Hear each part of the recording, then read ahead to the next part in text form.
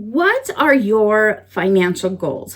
What do you want to accomplish, not only for today, but for your future? We are going to be digging into a new series, and I'm so excited about this. And I hope you follow along and definitely hit that subscribe button because I am here to encourage you when it comes to your finances. So welcome, or if you are new here, my name is Lisa Heiss with Simple Living Today. I love sharing words of encouragement, practical ways to reduce stress in all areas of our life, but also practical steps toward financial wellness and success. So the first video in the series, we are going to identify at least 3 financial goals. So a couple of ideas that I wanted to throw out to you guys is, and I would love to hear from you guys. So be sure to hit a comment down below and hit that subscribe button because I'd love to have you guys follow along with me in this series. But what do you want for the next 3, 5, 10, 25 years when it comes to your personal and success and finances?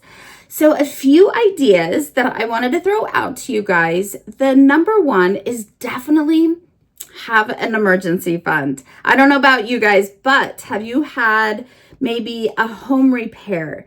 Your pet got sick, or your child broke a bone, or the car broke down. We all know that those emergencies, well, they do happen. And one thing that's really nice and also reduces financial stress and anxiety and brings a lot more peace is having an emergency fund. I always love kind of reflecting back on what Dave Ramsey always says is at least have $1,000. I think that's like bare bones, you guys.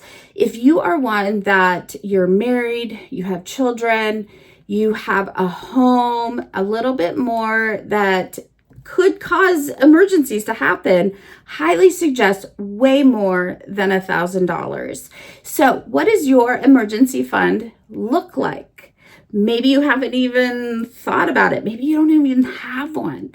I encourage definitely begin creating and putting aside money towards an emergency fund. So how much does that look like that you want to save for in the next month, 3 months, couple months, year, whatever? Put a comment down below. I'd love to hear from you guys. So, okay, another goal that is kind of for probably a lot of people is debt. We're going to be talking a lot deeper on the subject of debt coming up soon. So definitely be sure to subscribe so you don't miss out on that video. But do you have credit cards? You know, it's as we're going into this series, depends on when you watch this, but right now it is going into February, and maybe you found yourself overspending during the holidays, and now you've got that credit card statement that just came in the mail, and you're like, oh no, what did I do? You know, it's okay. I'm all about compassion and kindness for you guys, for everybody. So quick story. I was on a journey this last couple months to make the hard decision. I closed my credit card. And I found that actually I'm more at peace and actually able to save more. I always paid off my credit card every month, but I noticed it snuck up to like $300 to $500 every month. And I was like, how did this happen? Amazon, little house items, eating out, things like that. And I just made that hard decision. I'm done with the credit card cycle. And I closed the account. And did it affect my credit score?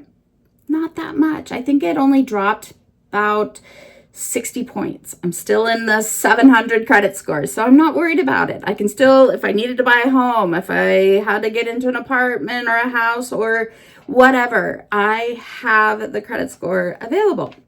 But this isn't for everybody. I know everybody says, oh, but what about my credit card points? I don't know. To me, I find that the points that we get is not worth all the money that we actually end up putting on those credit cards in the long run. I got my points, but I noticed I spent a lot more money when I used credit card. There's something emotional when we are paying, if it's with your debit card or just hard cash. We are more likely to spend so much more money if we are just swiping a credit card or taking out a loan or paying through debt. But if we know that we are paying cash, it is known we will spend a lot less money. So we're going to be going a lot deeper on this subject, and let me tell you guys, I've had to learn some really hard lessons in regards to this. My background, I have 14 years plus working in finance. I've done financial coaching, financial speaking, and I've had to learn some pretty hard lessons. There was a time in my life, about 15 years ago, I was close to about $350,000 in debt. And it was the combination of multiple things. I had $55,000 plus in credit card debt. I had a boat. I had a Tahoe. I was living the high life. I was making six-figure income. And you know what? That six-figure income was not being managed the way it should have been.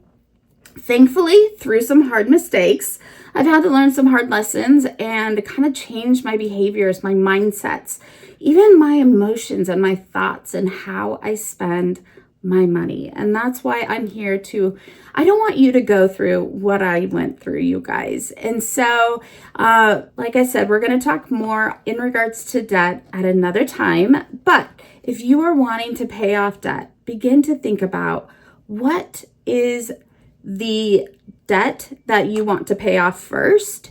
I would analyze what is your total of debt, what is the payments, what is the interest rates, what is causing you the most anxiety regarding debt, and then start tackling it. Maybe you need to step back in regards to your spending. Eating out, you need to reduce maybe some traveling.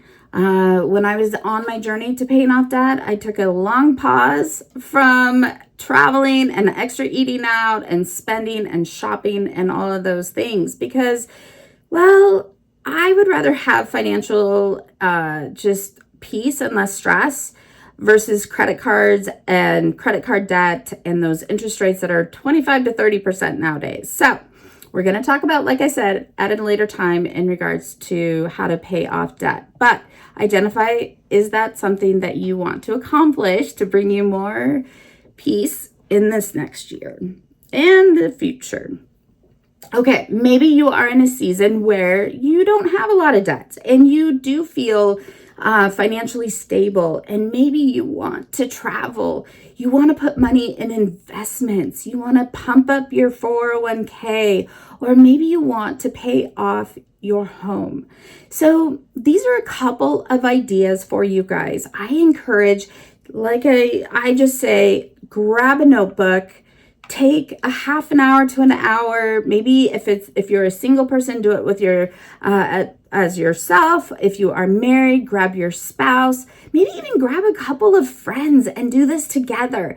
When we live in community and encourage each other and hold each other accountable, we are so much more successful to hit our goals, to accomplish what we want to do, and be less stressed and go for the future with what you want to do. So take time this next week and identify at least 3 financial goals. Maybe you want to do one short term, one mid, maybe the next year to 3 years, and then one really long-term goal. What do you want to accomplish for your financial future? Put a comment down below. So this video is going to be quick and easy. I am wrapping up. I would love for you guys to follow along because, like I said, we're going to go through a couple of different just subjects regarding finances. We're going to talk about budgeting. We are going to talk even deeper on paying off debt. we're going to think about our money mindset. We're going to think about needs versus wants. We're even going to think and talk about what are some practical ways that we can reduce maybe some expenditures and our outgo of expenses. Sometimes something I do is I track my spending for 30 days, and we're going to go in detail regarding that. So I don't want you guys to miss out on that. So I would love to have you guys follow along. Again, it's Lisa Heiss with Simple Living Today. So glad to have you guys.